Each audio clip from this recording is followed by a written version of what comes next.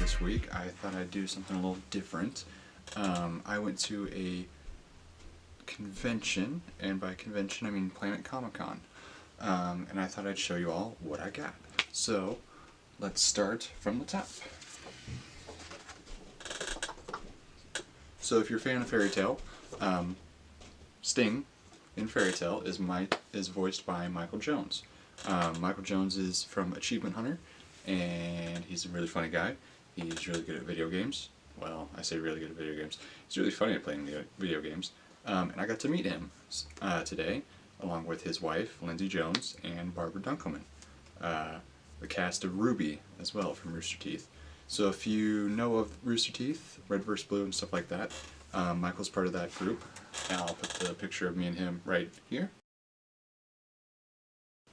Yeah, it was really cool to see somebody that I've been kind of like watching their videos since I was like, I had to think about it like back in high school, watching funny videos of him and Gavin Free and all of them laughing their butts off playing video games. So yeah, got that signed by him and had a picture taken with him, so it was really cool.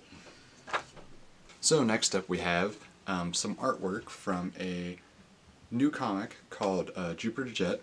It is done by written by Jason Inman and Ashley Victoria Roberts, and this is the artwork from it. They both are on Jawin, Jwiin, on YouTube, and they do weekly rundowns of all the DC shows and like on TV, Arrow, Flash, and all that. And then they also do Geek History Lesson, a great podcast for those looking to dive into comic books and comic book characters. They also partner up with Comic Pop every so often on Elseworld Exchange. That's another good podcast to listen to. Let me rearrange myself real quick. But yeah, this is artwork from their comic. Jupiter Jet's kind of a Rocketeer,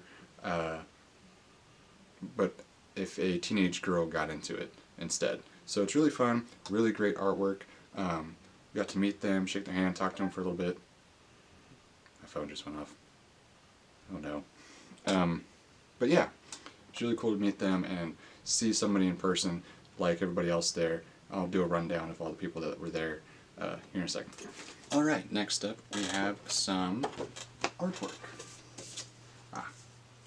Sorry about that. This is by Chris Kesu-Jarn is the artist. I'll put the her Instagram up right here. But this is some great artwork I found out there at Planet Comicon.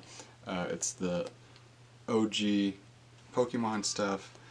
You can see like Ash of course up top there, everybody around Pikachu, Misty down there, Brock down there, Snorlax, Professor Oak, Team Rocket, and you know, the whole gang from kind of the more original series before it got to like maybe Johto and stuff like that. I lost track after a while, but yeah, really cool art style. I like this stuff, so pick that up as well. Another one by Keisuk on Instagram, same artist from the Pikachu one. This is really cool. This is all of the Dragon Ball series condensed into one picture, pretty much. So I'm trying to hold this where it doesn't wobble. So you start down here, start at the bottom, and it's all Dragon Ball when Goku's a kid and Bulma and all that. You get up to Dragon Ball Z, obviously. I don't want to like look at this, and yeah. Is that better? That might be better. So, and then it moves up to Frieza and stuff like that. Vegeta, first entrance of him. Goku going Super Saiyan for the first time. Then up to Cell, Piccolo, the androids and everything. Going over to Namek, turning to 3, Majin Buu, Trunks and Goten doing fusion, and then goes all the way up here with Beerus and Dragon Ball Super now. So this is a really cool piece of art, and the coolest part of this is down here there's a young Bulma, and she has a Dragon Scout. Guess what's in the picture hidden away? Like, where's Waldo? Yep, all the Dragon Balls. So all the Dragon Balls are hidden in here throughout the entire painting, or drawing. I don't know if it's painting or drawing. I assume drawing. But yeah, all 7 Dragon Balls are through here, so it's really cool to have it like that, as well as like all the history of Dragon Ball and Dragon Ball Z, Dragon Ball Super and everything in one go. So that's really cool. I grew up on Dragon Ball, so to see something like this, it's just like, oh, that's awesome. And the art's awesome. And the last thing I got was this trade, this 20th anniversary trade of Kingdom Come. This is kind of one of those pivotal books in DC's lore.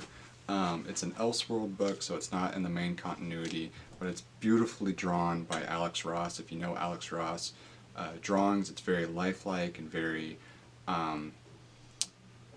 intense in terms of like looking at characters, and you're like, yeah, that's what they should look like anatomically and everything.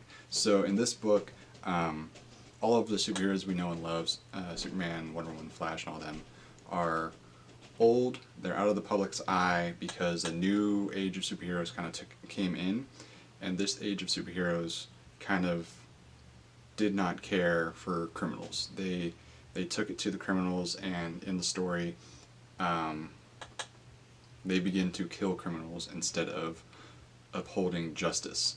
So our heroes of DC, the heroes we grew up with, they take a back seat.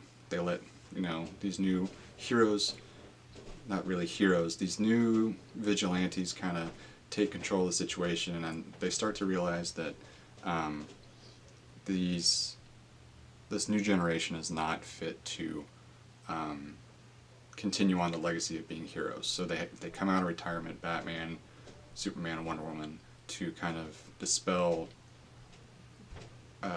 these newer heroes and kind of bring that truth and justice and honor back to being a superhero and kind of lead the world back into peace. It's a really great book.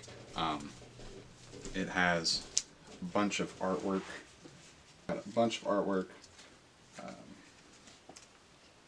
It's just beautiful to look at. They have drawings of everybody, and the fun thing about this book is it's all, like, all the new heroes are not people that we know.